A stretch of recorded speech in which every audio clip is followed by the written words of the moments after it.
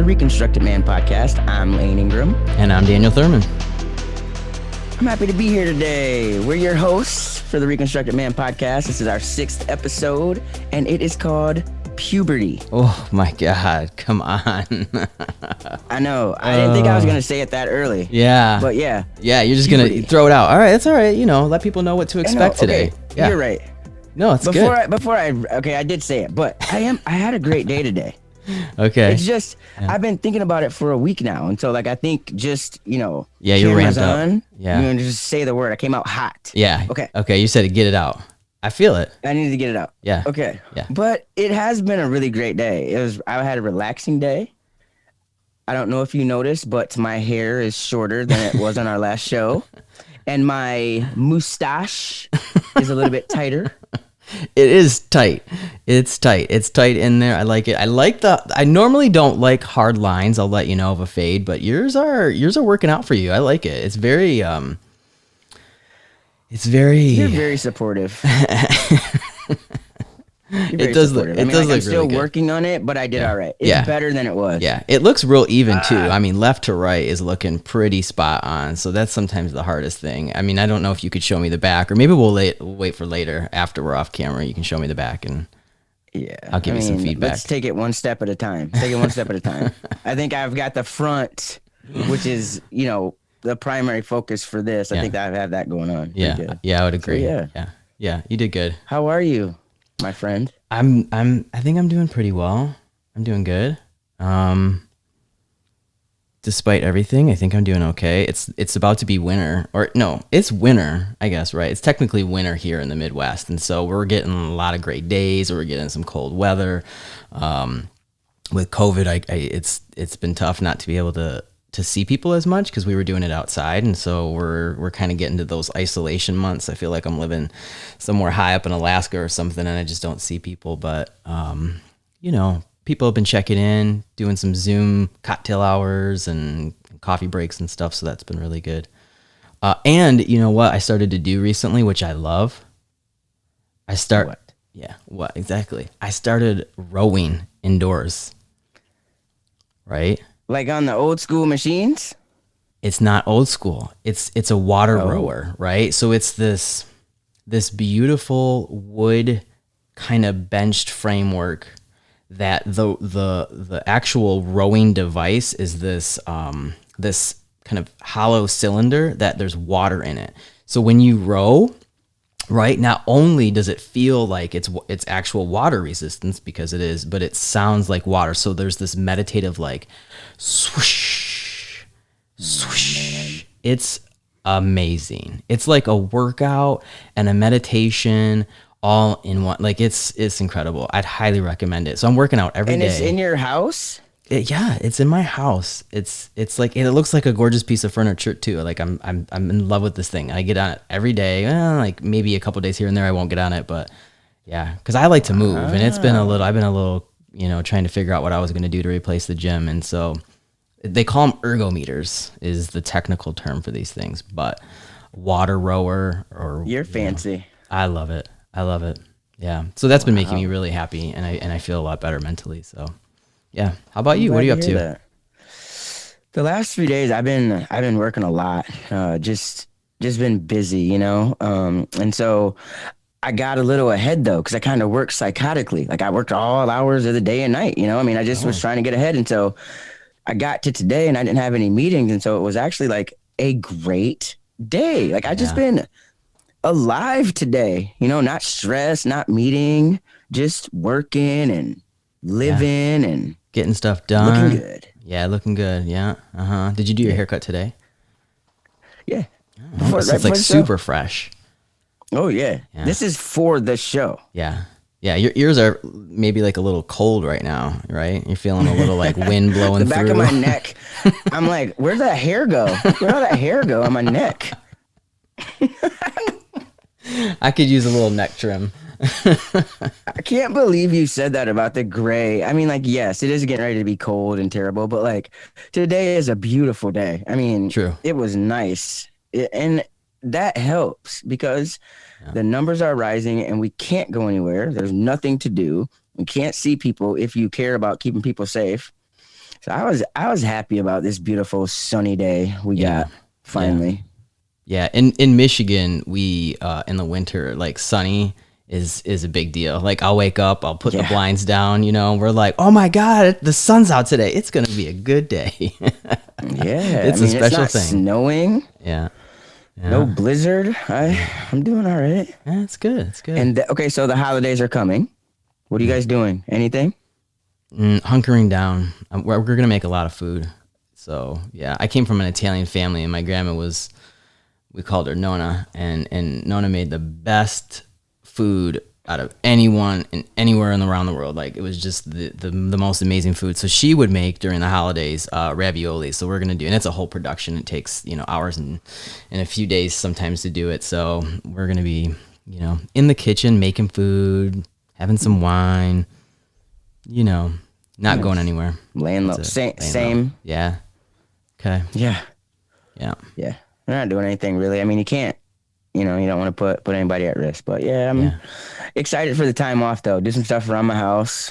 You know, keep building wood walls, stuff like that. Yep. I like that wood wall. I mean, it's looking good.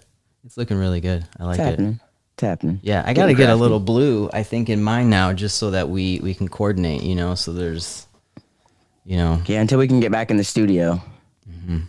yeah. I'm building it. I'm building it in my mind, so we'll be ready. It's gonna be sweet. Okay, so before we start this topic, which is going to be wonderful and painful and absurd and hilarious, a couple of really good things happened here this week. So one is here in Michigan, which was awesome. The Plymouth Canton School District, they approved their transgender policy, and so that allows students to be able to use the restroom and play sports that identify with their gender. And so it's just great. That's huge. Plymouth Canton, it's huge. That's huge. And then the second thing that happened, the Supreme Court decided not to take up a case barring transgender kids from using the bathroom in Oregon, which was really surprising to me with our current Supreme Court, but really, really great. So Yeah. two good things That's for kids. two great things, and it does show that we've got some momentum in the courts and in our institutions right now. That's really, really big. And I think the more things that keep happening, whether it's Supreme Court or it's K through 12 institutions and it's colleges and it's anywhere else that we can get these wins and have publicity around it to really demonstrate that this is where things are trending, right? We're trying to be an inclusive society, and that means including our trans folks and especially trans youth. So yeah, those are like two really great things. I love the sports part about that. I mean, that is a huge, huge thing for kids to be able to continue to do. I was really happy to see that. So, yeah. Yeah. Yep. And I feel like I just another did like some homework. that's good homework. presentation. And all the time that you've been busy, you had some homework too that you got in. I appreciate that. Yeah. Yeah, and some other big news too. I find this really fascinating. We're a pretty young show right now, but we're gaining some steam, and we just realized that half of our listeners right now are on the other side of the world in India, which is fascinating. I'm not sure how the show made it overseas so quickly, but it has. So we just want to give a shout out to our fans in India and What up? anywhere else around the world that might be listening. Everyone in the U.S. too, that has our audience has grown pretty quickly and substantially. A lot of people reaching out to us and letting us know what they think about the show. So continue to do that because that really helps us know that we're reaching people. Your feedback is so important. So keep doing that. We appreciate it. But shout out to India tonight. Nice. Shout out to India. Mm-hmm. So let's get into this thing. We're talking about puberty, which I mean, let me just say, right? Let me just say, for everybody, like the worst. I think that we may have a distinctively different take on this thing. And I think it's important for us to talk about, no matter how awkward it might be for us, because people are going through it, and it's important to show that you'll be okay. And I think for me, even, maybe there's still some things to talk through. So There's always things to talk through. All of us have to relive our puberty years, right? All of us, especially trans folks. It's a challenging time, no doubt. So let's get into it. I'm curious because as much as I think we talk, we don't know a whole lot about the details of our story still. So as other people are learning, we're learning from each other still. So I'm curious. Well, we should probably start That's out not too. really fair though, because I would tell you way more than I would tell these people. So we have to like take that with a Right. grain of salt here Okay. as we're getting to know each other. I'm just going to take some You know, notes of things I'm going to follow up with you later, there you go. personally and privately. There you go.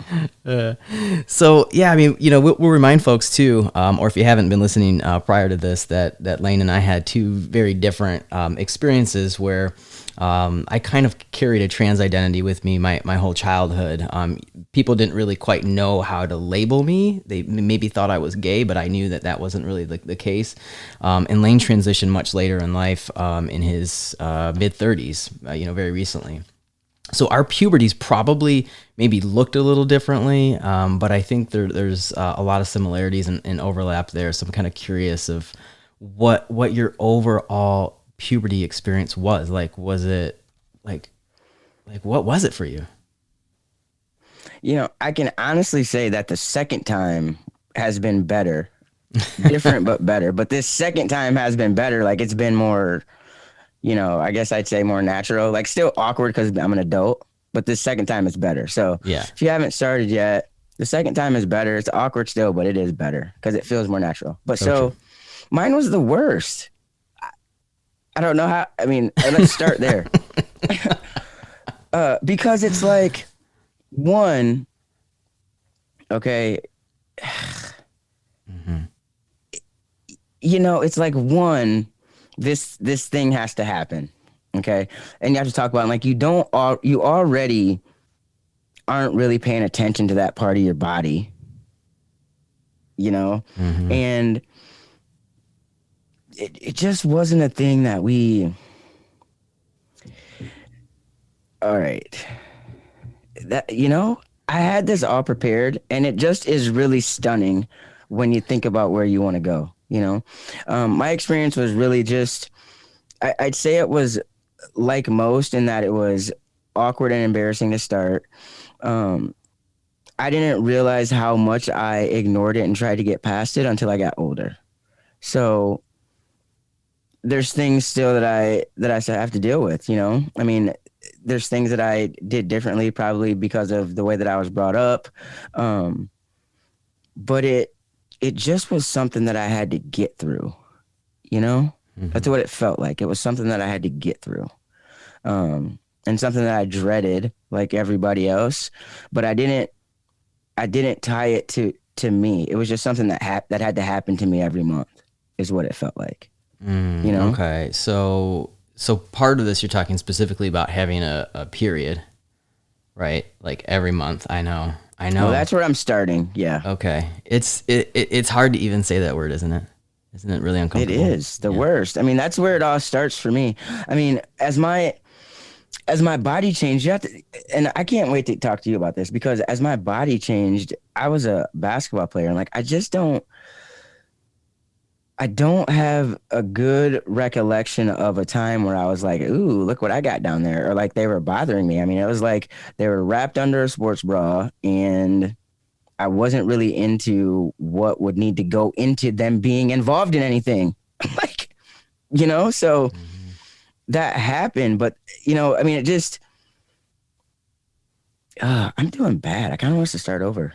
You got it. This is just challenging. This is challenging. This is challenging.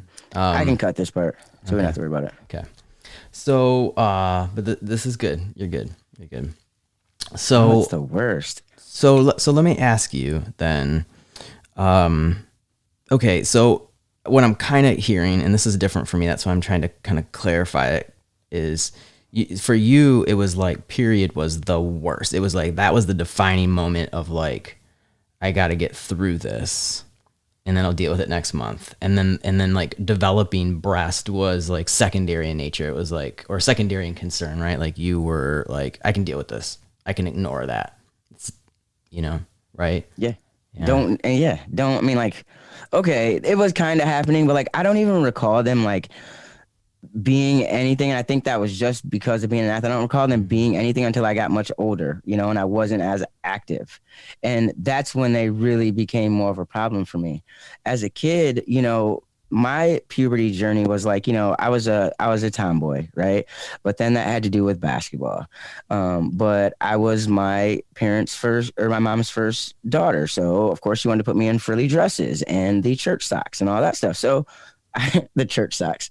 Um, so like, yeah, there was all of that, right? That I had to go through that. But then as I got to be, 13 and the period came, that sucked, right? But like I had basketball and I was obsessed with it.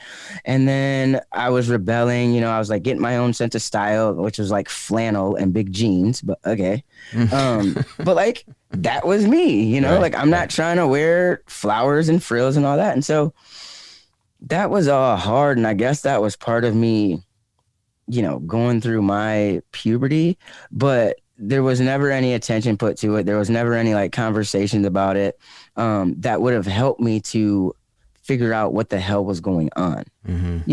And it's not that that means that something is going on, but for me and the way that I was acting and reacting and the fact that I wasn't trying to, I wasn't interested in what all, a lot of other kids were interested in. I wasn't trying to it just was different, it just was different. And I wish that I had been able to explore that more, you Mm-hmm. know, But it almost seems which, too like you had a safety, or you had this very convenient distraction and focus so that it's almost like you could not have to think about certain things because basketball was so primary that maybe part of the reason too you were so successful and so good is that you had this extra energy and space that if you weren't designating it to basketball, you would have to be thinking about all the other things that maybe girls during that time were thinking about that you didn't want to get involved in, right? You didn't want to deal with.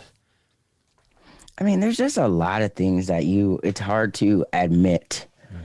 I mean, it's not hard to admit, but like as you think back on how things were going, I mean, I remember having a best friend in high school, right? And I was in the height of my, high school basketball career. I was doing pretty good and was being recruited and in the height of my tomboyness with my, short bob hair and my flannel shirts. And like I had this best friend and like I was crushing hard. And that wasn't something that I could really explore, right? Because one, I'd have to say that I liked girls, and that wasn't going to be okay. And two, it also didn't feel right. It didn't feel right, like that, the way that it was going to be labeled in my head.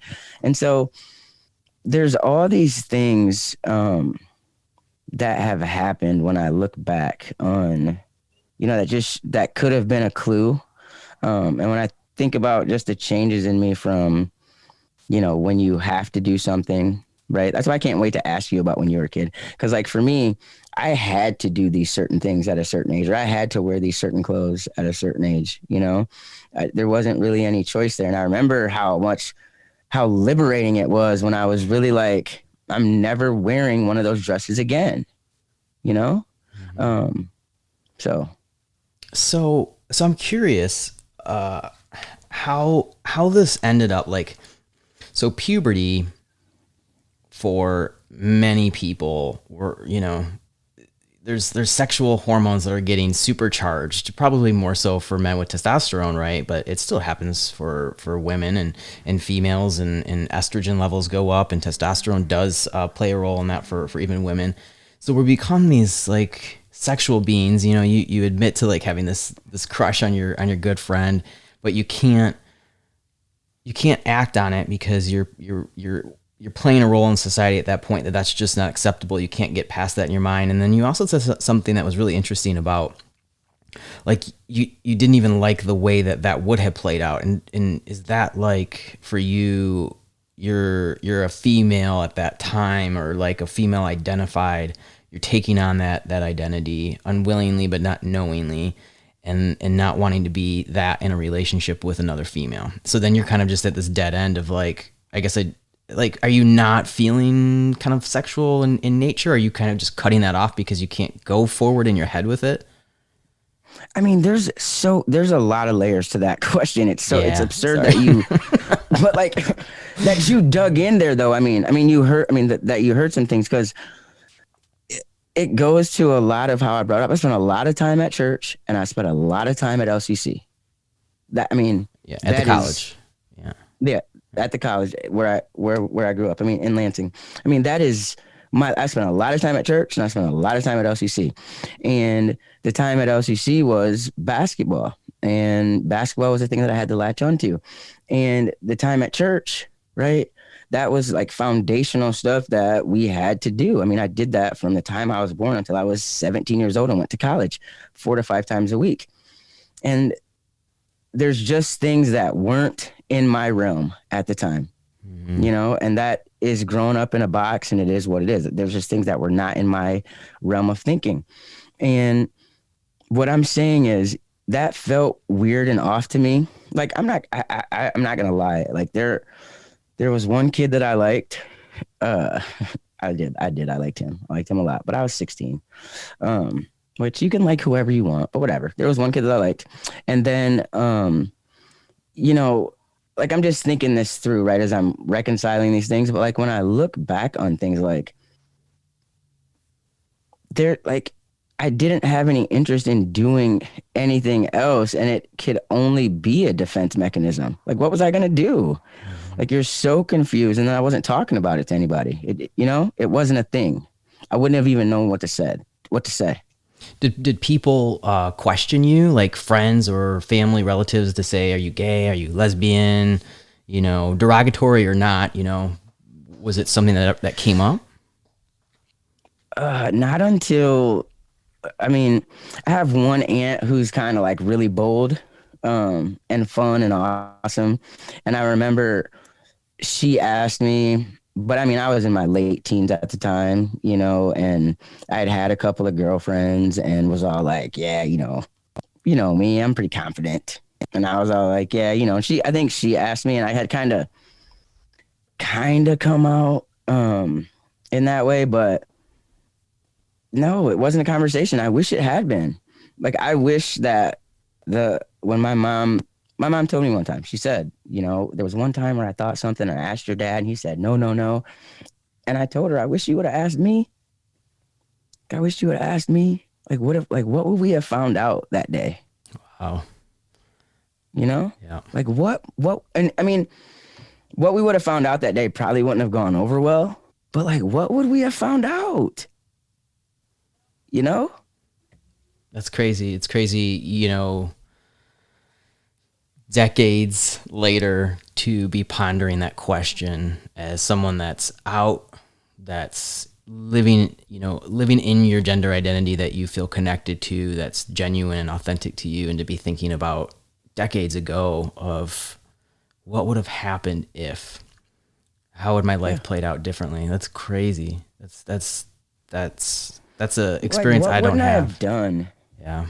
What wouldn't I have done? And like, what other awkward things would I have not gone through, or whatever, I mean, maybe there would have been more awkward things, but, Yeah. anyway. Yeah. That's Okay. intense. That was a lot. That was a lot. That's not even like the tip of the iceberg though, Like, No, it's not. I mean, I didn't even feel like that was I don't feel like I put through a coherent thought on that. That's how jumbled in my brain yeah. that is. Yeah. Because what's interesting is that you are playing out your childhood, your adolescent years, your pubescent years. You're playing that out now as an adult in your head because of this recent transition, right? Like you're going back and you're asking these questions that you couldn't have in your conscious mind when you were 10, when you were 18, when you were 25, that you're asking yourself all these questions now. That's an amazing, beautiful, but probably really challenging place for you to be at right now. So what a important moment and an important show to just, be able to bring this up. And I'm sure there's a lot of other people out there that are experiencing maybe right now. They're concerned about what's going to happen when they do hit puberty, or they're going through it right now, or they just got through it and it was horrific and they're trying to figure out how to move past that. It's I'm sure it's going to be helpful for people to hear that. Before I ask you this, because you tied into something that I want to know about you, I just, one thing that it doesn't bother me, but I always feel like when when we try to explain our experiences sometimes or we describe them, maybe I just do this, but I worry that not that it's not what people want to hear, but that they're not gonna understand or get the answer that they're hoping for, that it's not gonna make the picture complete, right? And that to me is an explanation of how unique all of our journeys are. I mean, I can't I can't tell you how many things I've recovered or remembered that I either haven't thought about or I've blocked out or whatever, you know? And that realization is something, to your point. And so as I think about when I was a kid and as I'm growing up and what it was like being a teenager and, you know, when my body changed and when I went to college and being a woman, right? I mean, I, I never, I never, and this is another thing I'm remembering at this minute. I never, when you become a young woman, right? When people start to call you that, right? Like the repulsion that I used to feel inside. Why did I feel that way? Who could know at the time? And so it's like everybody's way and path is going to be different. It doesn't make anybody's better or worse or more or less valid. I mean, we're all just trying to get to who we're supposed to be, right? Mm-hmm. Yeah, that's a powerful point. You know, so much of this work of sharing trans stories is so that people can see whether you're trans and you're experiencing it yourself, or you're a cis person trying to learn more information for any reason. There's a value in hearing story after story after story because there are similarities, but then those differences are extremely important as well, so that the trans person listening that's 15 going through this is like, yeah, I can identify, thank you, that's part of my story. But then there's also a license to say, but do with it what you can, be yourself, and that's going to look different for everyone. Maybe web some of these stories together, but your experience is going to be different than Layne's, than mine. But that's okay. It's our time and our individual lives to figure out who we are, to have people to look up to have people that share the same circumstances as you, but then to be able to, know that you don't have to have it look the exact same as anyone else. You don't have to make the same choices. Yep. So you are my incredible friend who has known since they were a kid. I mean, I can't even, and I told you this last time, or the last time we talked about it, I love that, hate that for you, right? I mean, it's just like, yes, you knew, but like also like, so, I mean, what was that like for you? Like, how do you cope with that, right? You knew you were a boy. So your body starts to change. How do you go forth? I think for a lot of people that know that there's something different about their physical bodies from their gender identity, puberty it's not life-changing it's life-changing for everyone, but it is a particular horror for trans kids. It is serious trauma because I was growing up and it was like I just believed, and I think I mentioned this before in a different episode, I believed that I could overwill my body. My understanding of who I was and who I am is so strong that it permeates every part of me, including my body. I thought eventually that I was going to overtake biology. And so I kind of knew that there was these things that could potentially happen, but maybe like you, I just was like, I had walls up about the realities of it, because I couldn't face that. until there's, days that you wake up and you start your period, or you're growing breast, or you're getting softer, or, societal expectations of like, you've got to shave your legs and your armpits and all these things that go along with that portion of life that is different than it was, back when things were a little bit better. And so I had to, it was just the worst. It was the worst. Like, it was just the worst. It's still, as comfortable as I am, and as many years that I've had to go through this, and that I've talked about it, and I've had counseling for it, and I've shared with people, and I've shared in front of large groups, it's still always uncomfortable to say certain words or describe certain scenarios. But it's true, and we all need to hear that. Trans people need to hear that from other trans people. It helps me to hear from other guys that have gone through this too, and I know that it helps for others, and it helps cis people to understand, I think as well, the realities of being trans. Like, more and more cis people are getting to know more trans people. More trans people are telling their stories. It's a wonderful thing. But sometimes when we talk, we don't tell these details, for many reasons. But it's. I was just getting ready to say. Right. But it's so important, right? It's so important. It's so important for trans and cis people to hear these realities for us. And, my first period, my mother, she didn't have an understanding, or an ability at the time to accept me. And so when I had my first period, I was like, I'm not saying, well, not only because of her, but I was like, I'm not telling anyone. Like, this thing will remain between me and me. No one will ever hear about it. And so I had to kind of learn what to do with blood, and I remember like using just like wrapped up tissue all the time because I couldn't go to the store to buy feminine products. I would never think about doing that. Never in a million years. Like, it was not an option. So like, sometimes I would use what my sister and my mom had, but if they were out or something, I'm not going to tell anyone, and I'm not going to go to the store. So, a lot of my life was just kind of, it was horrific. It was horrific, and then if you ever have like an accident, which is common, especially when you're not using the appropriate materials, like, oh man, like, it's just the trauma that goes along with that is it's excruciating. And so, yeah, that's monthly. And then for me, you had kind of mentioned that, like, developing breast was a kind of a secondary thing that didn't weigh as heavy as having a period. But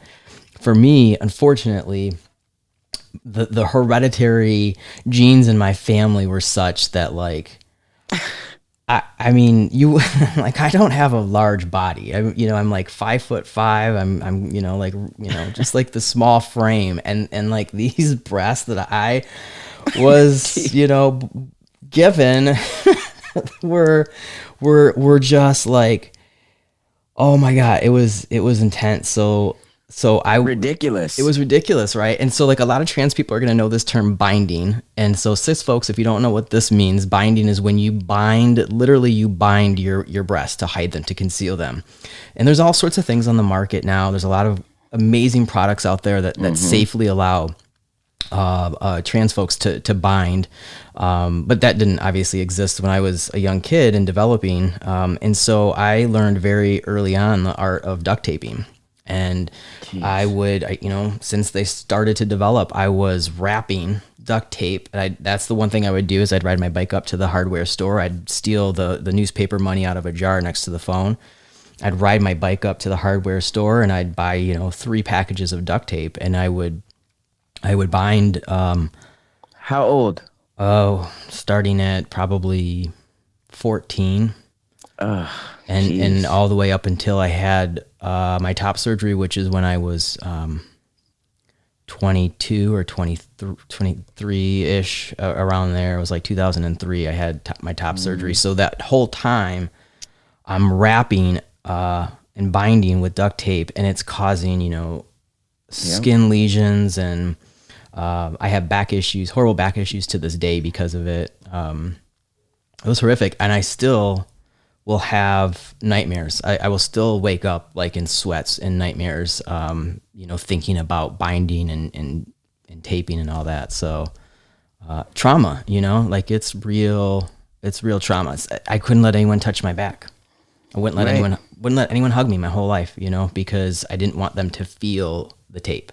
So if someone came up behind me and touched my back, I would jump, and I'd move away. And so I didn't want to have a physical separation, but I felt I needed to hide that. So I mean, and that adds other layers to like feeling alone, being isolated. I mean, to depression. I mean, and like you said, you have back issues and you remember that. I mean, now there are better ways, right? But that's the reality for a lot of people. And from the time you were 14 to 23, I mean, that's a long, long time. And it just hit me. I asked you, I said, how did you cope? And like, that's not coping. I mean, that's coping, but I mean, you yeah, don't want to have to cope that way. yeah, I mean, yeah, yeah. I, I was, I luckily coping wise, if I could point to one thing that probably rooted me into something, it was oscar sports. I wasn't into it in the same degree that you were, but I played, softball, I played basketball, I played soccer for, when I was younger. So I was playing in high school on the varsity teams, and that sense of camaraderie and team and community, I had those girls from those teams that supported me and didn't judge me. But there was also a lot of backlash too. And because I was playing sports and you're on a female team, I looked very male. So here I am binding. So I look like I have a flat chest. I have super short hair. I wear my uniforms in a way that's, really masculine as much as I could help it. And so I have memories, and I actually still have nightmares too, not often, but they happen, where when I was playing and we'd be at a game, like in a gymnasium, and most of the time it'd be like a visiting team gym, and the fans for that team would just start like heckling me and start screaming and start singing horrible things. And I still have these nightmares that like I'm me now, and I've transitioned and I have a full beard, and I've got a hairy body and muscles, and I'm out in this like girls basketball tight outfit, and I'm having people just like, yell at me. I mean, it's trauma. You're just thinking during those moments how like I just need to get through this, and things shut down. What's really interesting about both of our stories is that we have missing parts to it. Like, when you feel that trauma, you shut down. Certain things in our brains and our chemistries change, and we go into survival mode, and we're not picking up details. And so I have massive amounts of my youth when I was a kid, and definitely through puberty, that I don't remember. I just don't have. People will tell me someone's name or a certain event, and I'm like, I don't have it in my head. I can't. it's important that you said that. I mean, it's important that you said that out loud because people need to hear that. I mean, I feel the same way. I just had a conversation with somebody, and I said, there could be 10, there's a gap gone. Why?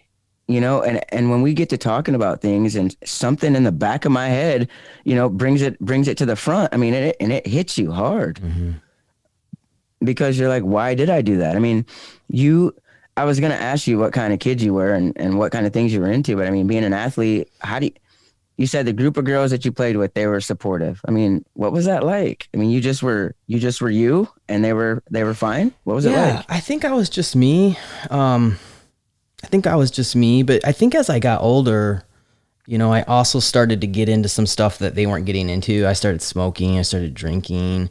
Because I was going to the gay clubs with my gay friends, while I was still playing sports. And so there's kind of like this moment that I started to find this new outlet, but it wasn't in harmony with the other things that were doing really well in my life. And so I kind of had to make a choice, and I just was making some bad decisions. So I lost a lot of that connection that I had in sports. But at the time I'm like, okay, I've got these good girlfriends, and everyone's starting to make college plans, and some people are going off and playing sports with scholarships, and I'm like, I don't want anything to do with it. Like I'm just done. I don't want to be on girls teams anymore. I just don't want this life. And so I diverged, and I ended up dropping out like 2 weeks before my high school graduation, because these things just started to build up, and I just started to rebel, and I started to get angry, and that took me on a whole different course, So it was like, yeah, I had that support from sports and from the teams, and I don't honestly know where I'd be without that. Like, I really don't, because it was community, and it was a focus like you had. It was a skill that people would compliment us for. So there was like, recognition of something desirable about us, and so that got me through. That really got me through. What do you think about? All right, let me ask you this.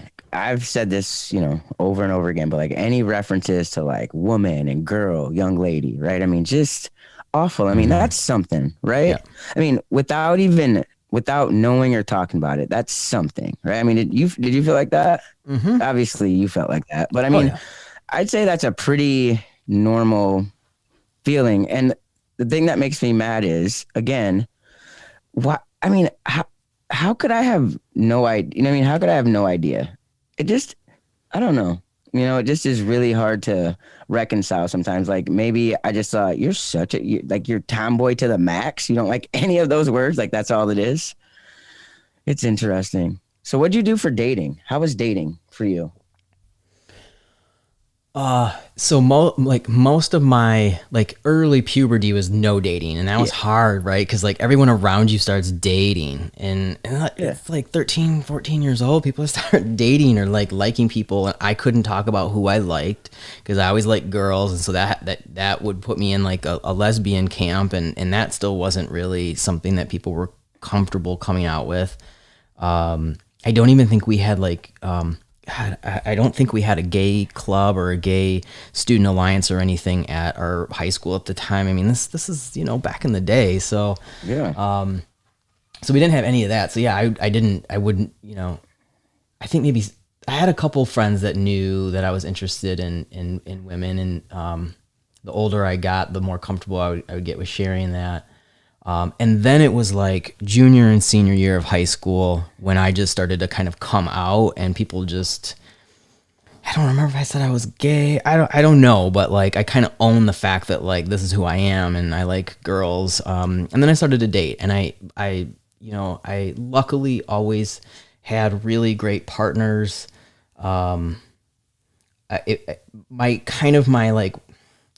My requirement was like I wanted them to be straight. I didn't want anyone that wanted a woman that was not going to work for me. That's not what I want to be to them. And so I would always seek out, not seek out, but I just was attracted to straight women, and girls. And so I did okay. God. I did okay.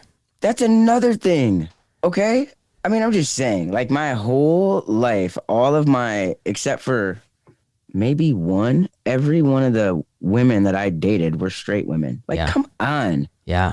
That's interesting. What are they doing and what was I doing? And that's the real deal truth. Like but with Tanya, she was just like, I mean, this is your current wife, Tanya. You. Yeah. Uh-huh. Yeah. Sorry. Yeah. That one. This one. This one. She was like, that's just kind of how I've always seen you, which is great. But like, what were they doing? Shoot. Yeah, that's interesting. Nobody can talk to me about it. Like, you guys like women now? Okay. I'm just saying. God, help. So you mentioned that you that there was one boy that you liked when you were growing up. Did you have the awkward experiences, or was it awkward like if guys liked you? Did you have that experience? Yeah. Except for that one kid, really. I mean, I liked him back, but like that was a church thing. Let me like bring that to the surface too. I mean, you spend a lot of time at church, like you're bound to find somebody that wants you to join in holy matrimony with. I mean, Jesus, you spend all your time there, like I had to, like, maybe one day we'll do some outtakes and I'll tell you about like this chastity program I went through. Like, oh my God. Wow. Yeah. Wow. That's intense. married to Jesus. Anyway, um, Whew. but so yeah, I did like that kid though. He was cool, but whatever. But I mean, yeah, there was like these awkward moments. And the worst one, I was in college. I mean, I think I was like a sophomore in college, but I was younger. I was like 18. And this kid, he went to a different school. He liked me and he would show up at the dorm and I just used to be like,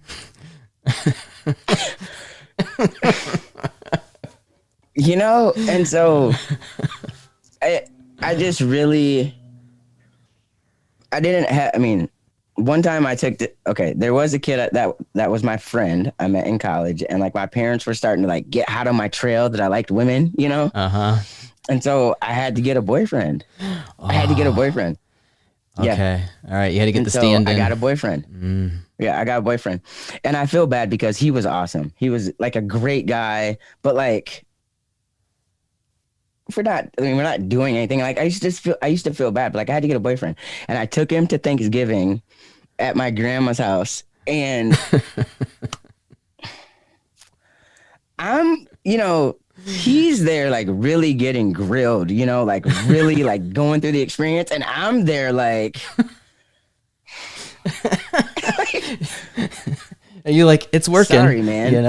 It's working though, like, Thank you. I'm like, man, just get through it. It'll be fine. My dad. Right. And so luckily for me though, the chastity program came in handy because I had my married to Jesus ring. So, we can't be, I mean, so like, yeah, there was awkward moments, Yeah. like Jesus. Survival though, right? You're like, how? Survival. Okay, yeah. How am I gonna get through this right now? Got to get the parents off the trail, right? Yeah, survival. Throw some beef down. Throw something. Yeah, that was really. I felt bad about that. I still do. God, isn't that terrible? 20 years, I still do. God. Yeah, But like, yeah, we're kids. Yeah. What you supposed to do? Yeah. Yeah. There's a lot of worse things people do to each other, like I'm sure it was all right. I'm sure he's okay right now. I don't know. He's great. He might be He's broken. married. He's got kids. He's awesome. Okay. He got made it through. over me. Yeah. Not his type.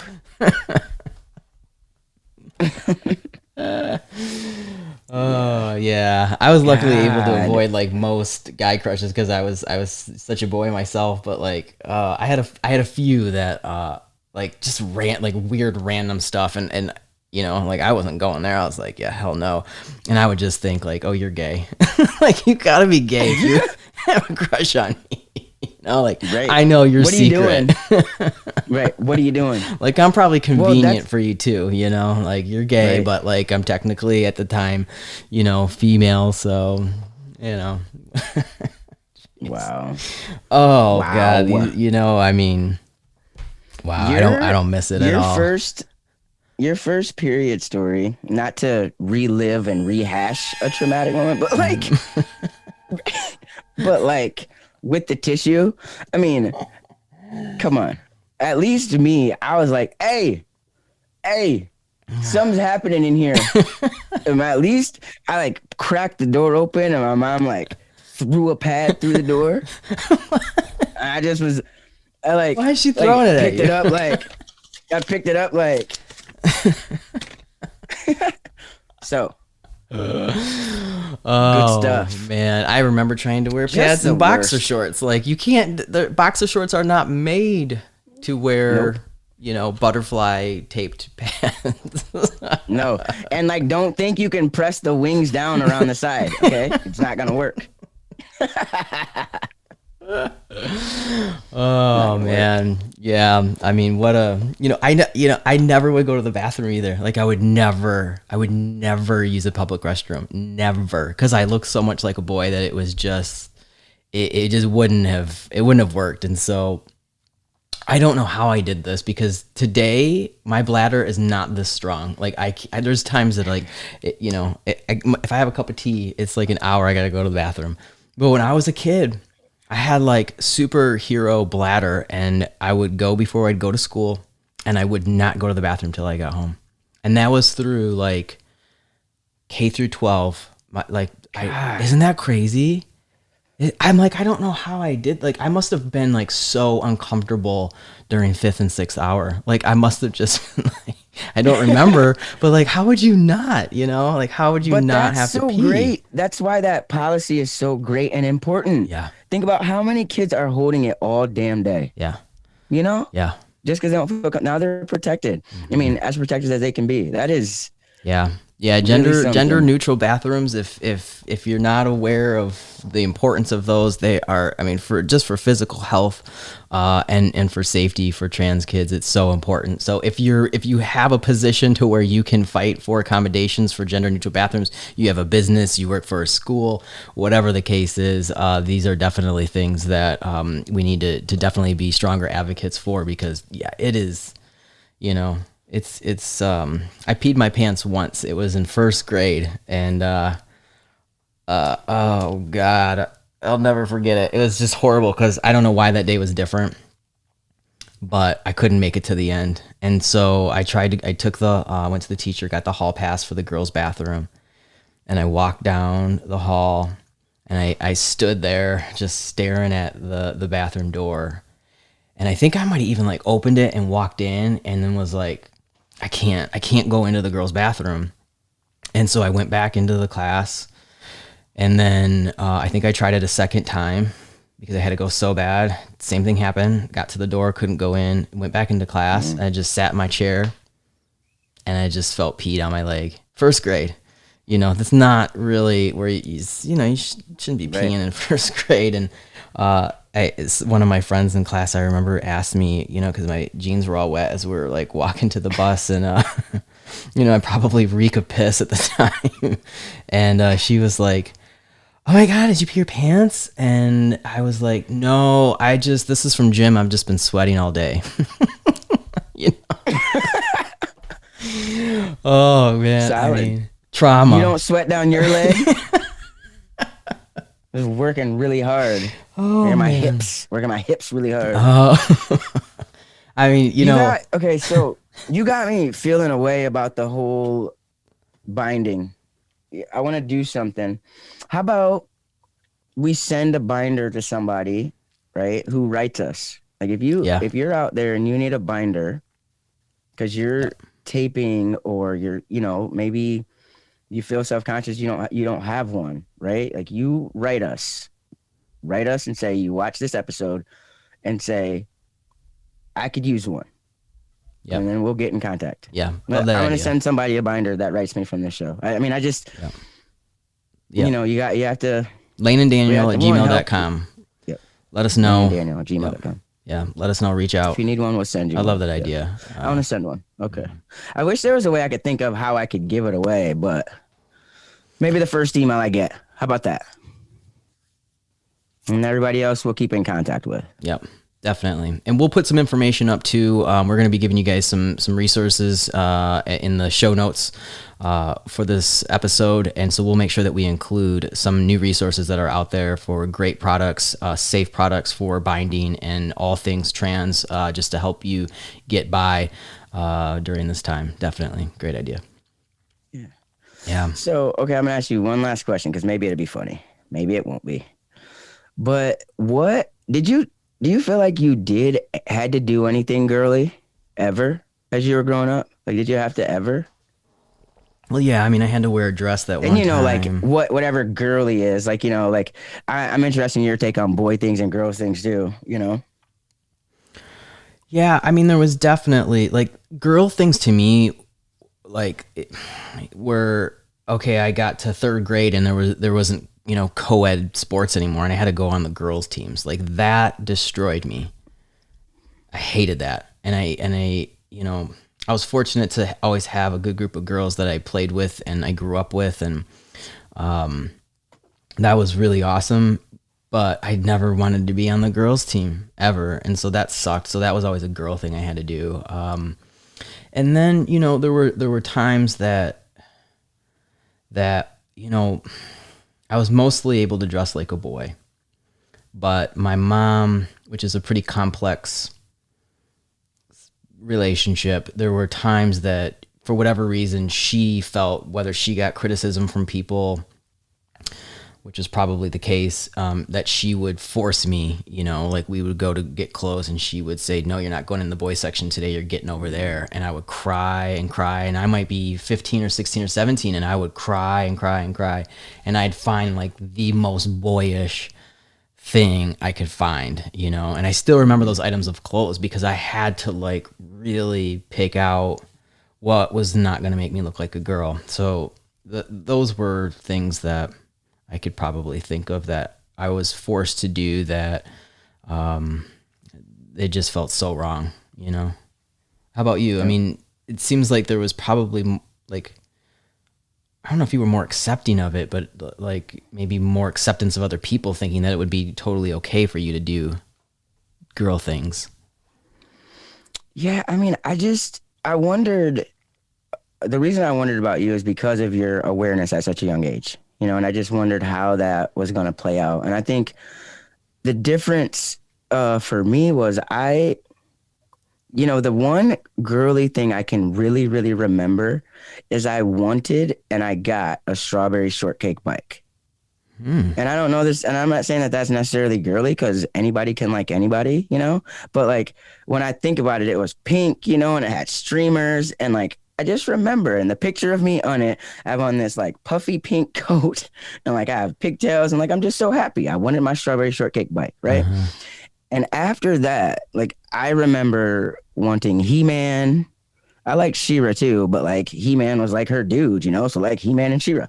And I remember He-Man and She-Ra, but then I remember like I played guys. I didn't play dolls or Barbies. I played guys. And when I was with other kids, like I just was kind of like, if you can imagine this, assertive, and but I just kind of acted how I was gonna act, and it just, Yeah. In talking to my dad, I think me just being me, right? I think he might not have realized how much I might have needed a little more talking to about that, or like an actual like investigation into what's going on with my kid, right? Because underneath all that confidence is a bunch of stuff that we're still yet to uncover, but I would say I could name the last time I wore a dress, and it feels like a lifetime ago, which is important for two reasons. Reason one, anybody that's, just at the beginning, or you don't see a way out, like it will feel like a lifetime ago. It feels like a lifetime ago. It's important. And the second reason why that's important is because for me, it's helped me to also kind of like be all right. Like you talk about kind of that chunk, right? I feel like that chunk is a lifetime ago, and there's some of it that I don't need. So I don't know. Yeah. That's a super interesting connection that I guess seems really obvious now that I don't know if I directly made in how your confidence and assertiveness came from, like, maybe there were things that you shut down for. Maybe there were realities you were not ready to let in and have conversations with yourself yet. But it seems like what you replaced that with, or what you balance that with, is this sense of I am who I am. So maybe I'm not exactly where I need to be quite yet, but I am who I am. And I don't care what anyone else thinks. So it was like you developed that as a survival skill that probably played into why you were such a good athlete, why you were able to maintain, being who you were, that was on the heavy masculine side, but not really deal with a lot of repercussions because of it. Like maybe one of the greatest harms to you was not being able to live as a male, as a gender identified male, but you lived as you, right? You lived as you, the person you were at that time, and you didn't take shit from anyone for it. That's huge, right? That's huge. Right. That's really big. And I think that's the part, that I'm trying to also connect and get back, and that happened to me. I used to have a speech about this. and I know we're getting whatever, but I used to have a speech about this and I called it moments, right? And when I was 24, was I 24? No, I was 25. When I was 25 years old, um, I had moved to LA and I was going for this job. And I moved there with a woman, right? And was at an interview, and the lady that had interviewed me, she had come out to me and we had a great talk. It was awesome. She was like, I have a wife and it's cool out here in LA. You can just be you. And so I was getting ready to go into this interview panel, and I looked in there and I said, when they ask me what brought me out here, like, what do I say? Because I didn't feel like that would be something I'd say in Michigan at an interview. I moved here with my partner. And she looked at me and she said, you be exactly who you are, and that's fine. And like from that moment, really, like it just took that 1 second. From that moment, I just was like, right, like, just be who you are. Yeah. Yeah. And I think that was, I think that it kind of happened over the course of my life in basketball, but like that moment, it was like, right, why wouldn't I be? And who is anybody else, right, to tell me? And that was powerful, and it's hard to do. And I think moments like that happen for people, right? And Phew. That's for both of us, this was a second moment. that's intense. Like it's like it doesn't matter who it comes from sometimes. It just matters that someone gives you permission to be you. It Yes. doesn't matter. You don't have to know that person. It doesn't have to be the people maybe that have wronged you or that hurt you or that you like feel like you need to hear that from, but sometimes it just takes someone to say, you just be you. That's it. Let everyone else figure it out. You be Right. you. That's a gift. That was a huge gift that she gave you. Huge gift. That's beautiful. Yeah. And that's how I feel for everybody, right? Like that's the subtitle of my blog. I can only be me and you can only be you. And that's got to be good enough. Yep. Absolutely. Yeah. Through Wowza. through all of this, I think there's a reason that and I think you and I knew this, and it's maybe we started to talk about this the other night when we talked about the show and what we were gonna, to talk about a little bit, is that puberty is such an important thing that we go through as trans people. Whatever variation of trans you experience, I think that whether you realize and recognize you're trans during puberty, or you just recognize that some things are feeling a certain way, and you're struggling through them, or you're blocking them to survive, that puberty represents a very challenging time. And if us sharing our stories and our challenges and our discomforts and our awkwardness and our trauma helps you just to be able to see yourself in that story and know that we made it and that you can make it. It'll be something that you tell and share with other people eventually. But you can get through it, and there's things to do. And so one of the things that Layne and I want to share with you is, takeaways, that helped us, or that we would go back and wish we had, that I think is going to be really important for anyone that's going through challenging times with gender identity or any type of physical identity that just is not feeling right, or that you're scared to go through. We've got a few suggestions that may help. I think I'd say one thing for sure is to get involved with something, right? Daniel said he played sports. I said I play basketball. Basketball, I think, saved my life, because sports do help you develop a lot of great things, right? Like teamwork, hard work, character, determination, passion, right? If you like it. These are things that you can use later on in life. And so I think getting involved in something that makes your heart beat fast, right? Whatever it is you like, that you're interested in, like-minded people, something that gets you going, that sense of community is helpful. So that's one thing I would say. Yeah, I totally back that. That's definitely one thing that I know, looking back at sports. It wasn't as significant, but it was a pretty significant piece of my life, and it rooted me in something. It gave me a focus. And it gave me a community, people that rallied around me, that supported me, that their parents supported me. And so when I didn't maybe find that in the larger community, I did have a pocket that felt a little bit like it shielded me or insulated me.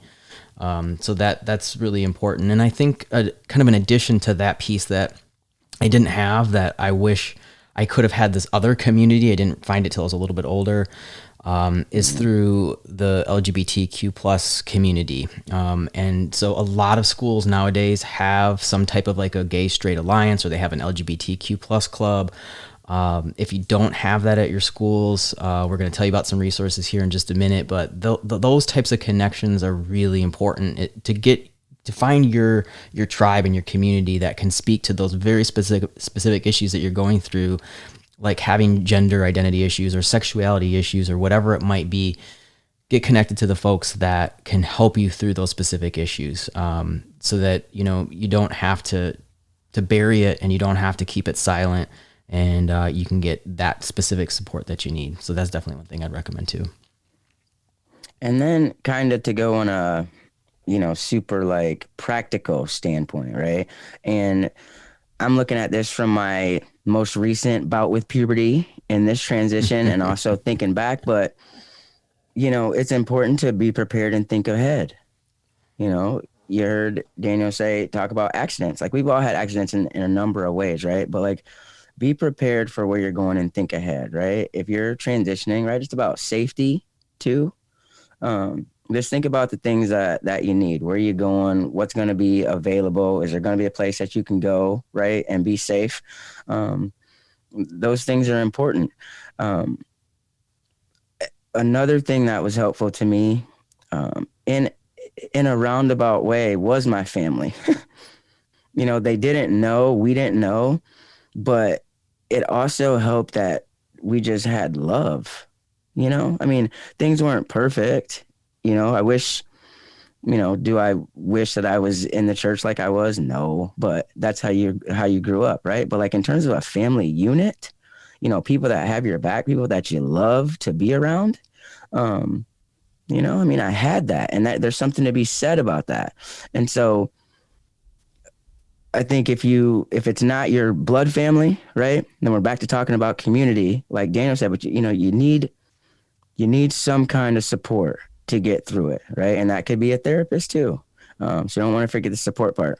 And then one last thing, because Daniel talked about organizations in schools. A lot of adults are going to potentially be transitioning, and I count that as puberty. I just do, because your voice is going to change. Like, it's going to be weird in your meetings. Like, you're going to be talking to your people, and you're going to be like, I mean, that's a real thing that's going to happen. So, you're going to be transitioning too. And it's like, stuff is going to be different. You're going to be emotional. Like, just support is important. And like, if your organization has an employee affiliated club, if you don't, start one, right? Look at Facebook groups. There's plenty. And like Daniel said, we'll talk about more resources, but I mean, it takes a lot. You don't want to try to do it by yourself. Yeah. Yep. I'd say one thing to add to that, because I think that's so great and so important. You mentioned earlier, you're like, basketball was just able to get your heart rate up. And I to this day believe what is so important for anyone going through something that is causing them trauma. It could be having gender identity issues. It could be going through an abusive situation or relationship. It could be feeling suicidal or anxious or depressed. Anything that we're going through that's very, very challenging. I believe in getting it out through the body and through the mind. So finding outlets.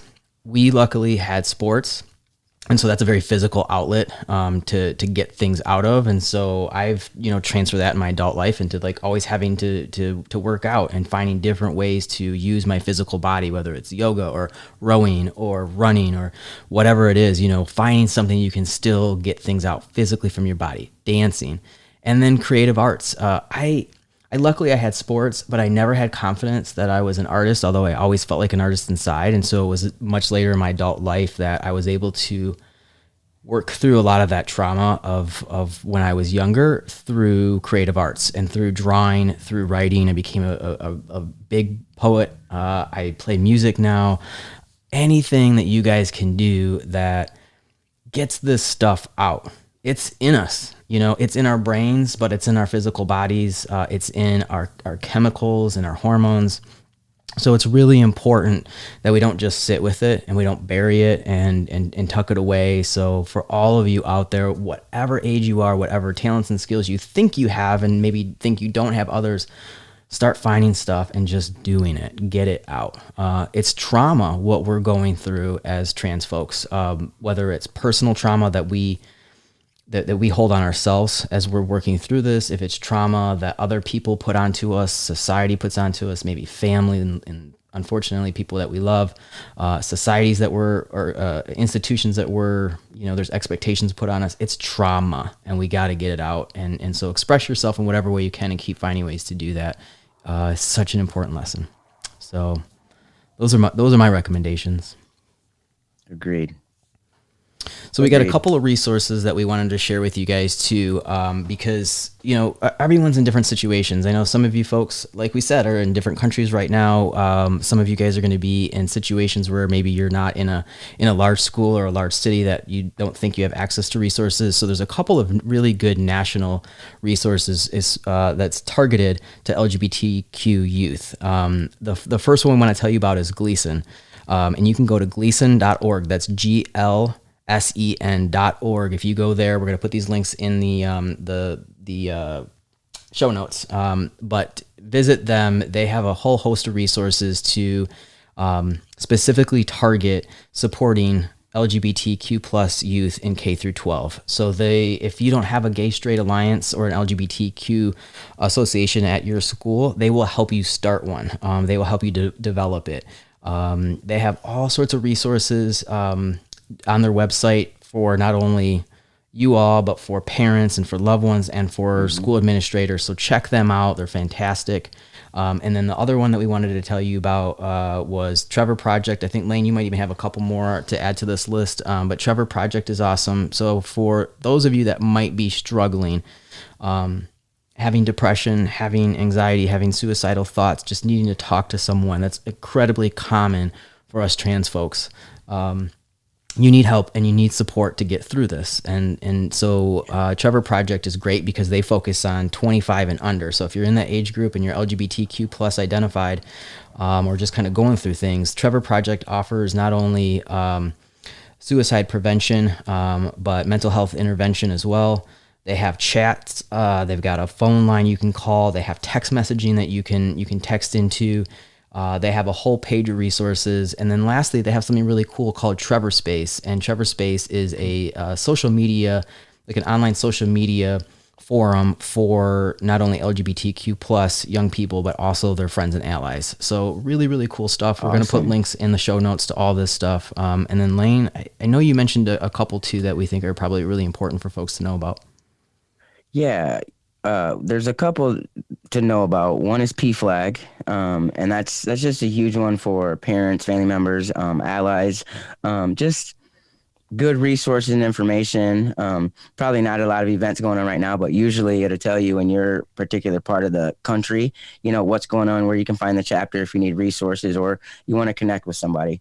PFLAG is a great one for that. And then the other one that's national is GLAAD, and that's GLAAD. And again, that'll be in the show notes. But GLAAD is, again, it has great tips for allies, keeps you up on what's happening across the country and news, really good in terms of information and resources, tips and tools for pronouns, preferred name, gives you information on, name changes. It's just a very helpful site full of resources. So I wanted to mention those. Awesome. And all of these are on social media. They're on Instagram, they're on Facebook, wherever you're connecting to people, they're on there and out there, and their whole intention is to help folks. So reach out, don't be afraid.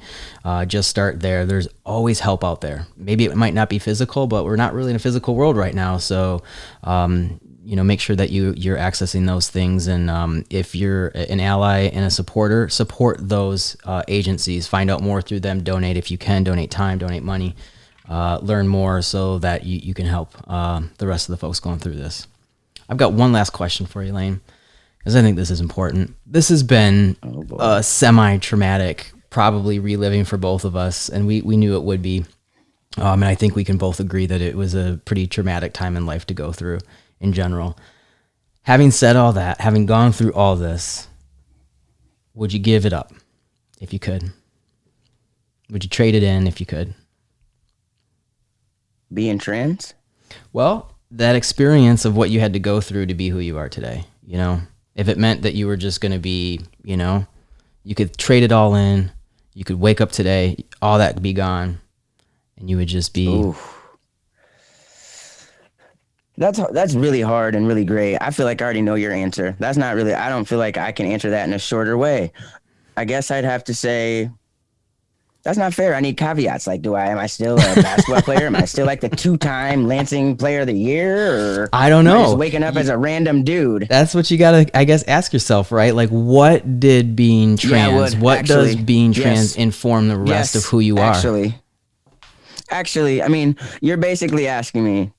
I get to wake up just I'm this guy though. I No, just have to. no, because Oh, I'm telling you, you don't know. Like, what did your whole experience growing up inform who you are today, right?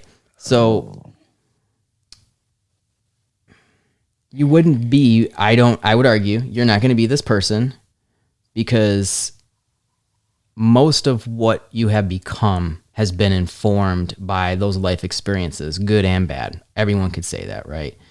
mm-hmm. So you would probably have to subtract a lot of who you are today based on the fact that you probably wouldn't have become that if we removed those hardships and those challenges Right. and those lenses that you gained in life because of what you went through. That's my argument. Yeah. I think when you make it I through, you see the that. way you say it like that, I mean, would I be as assertive? Would I have this kind of work ethic? Would I, you know what I mean? I don't know how that would have happened without basketball, which basketball was the key to getting through, everything else. So I don't think it would, I don't know what I would have been like. Yeah. Would I have made it here? There's so many variables. What about Mhm. you? What a hell of a question. It was just a last minute question. I think it's important because here's the thing, right? Is that there was this long period of my life when I struggled that I would have given anything. I would have given anything to trade it all in. That's what I thought. And it was once I made it through and I was able to look at myself in a healthy way. I was able to find acceptance in who I was. I was able to get rid of the anger I had for society and actually put it into some type of function of helping improve the world I live in. When I was able to do those things, I realized that I would never be who I am today without everything I went through. I wouldn't be able to have the same empathy for others because of it. I wouldn't be able to understand mental health the same way. I wouldn't be able to understand our broken societal structures and what's needed to be able to change them, what we needed to be able to change those.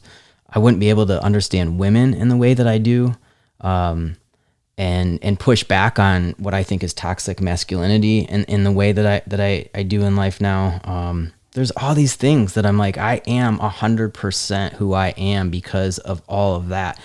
But I made it through. And so for me, the big moral of this episode is there's ways to make it through. And it might not feel good right now, but when you do make it through and you can put all of these building blocks together and you can find community, you can find support, you can start to have self-love and self-respect, and you can find outlets that I believe that people are going to be feeling really proud about their trans identities as opposed to feeling trapped or like they're fighting against them. That trans people are beautiful, that our trans community is beautiful, that us pushing back on gender binaries is a necessary thing. It's the time for everyone around the world to be able to do that, push back on these restrictions and these old systems. And I'm proud of who I am. And if you're not proud of being trans yet, you can get there. And hopefully this show is just a small piece of help along the way to get you there. Agreed. And however you're going through it, however you're experiencing the world, however it's manifesting for you is okay. Right? I mean, It's okay. And you're absolutely right. We need more people to stand in front and behind and with us. As we keep moving forward. So I'm excited. I like this one. It was heavy, but kind of funny, but also kind of deep, and just very us. Just very us. Just very us. You like It my was shirt? I love that shirt. I love that shirt. Protect trans I kids. need to You get better me do that. it. I mean, can you just order doubles every time you get t-shirts? I'm a size Well, small. number one, young man, I wear a size bigger than you, but kid. Size All small, right. please. Just Well, double it up, all right? It's all right. oh my God. Actually, Christmas is coming up, and so I probably will get you Oh, I something. got I got I got a couple ideas for you too. So, Ooh, la all la la right, all right, la. all right, all right. Yeah, good All right. show. Well, It was a good talk. I appreciate you. I appreciate you sharing some things that were probably utterly uncomfortable to relive all over again, but I think so worth it. So thanks for sharing, and it's thank you for sharing. always interesting to learn more about each other, isn't it?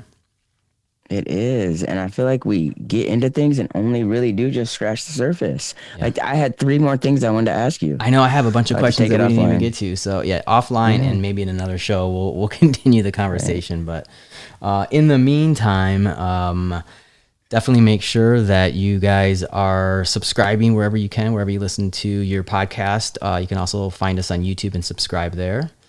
Make sure you're staying connected. And if you want to help and support the show, one great thing you can do for us is to rate the show. That really helps people find us.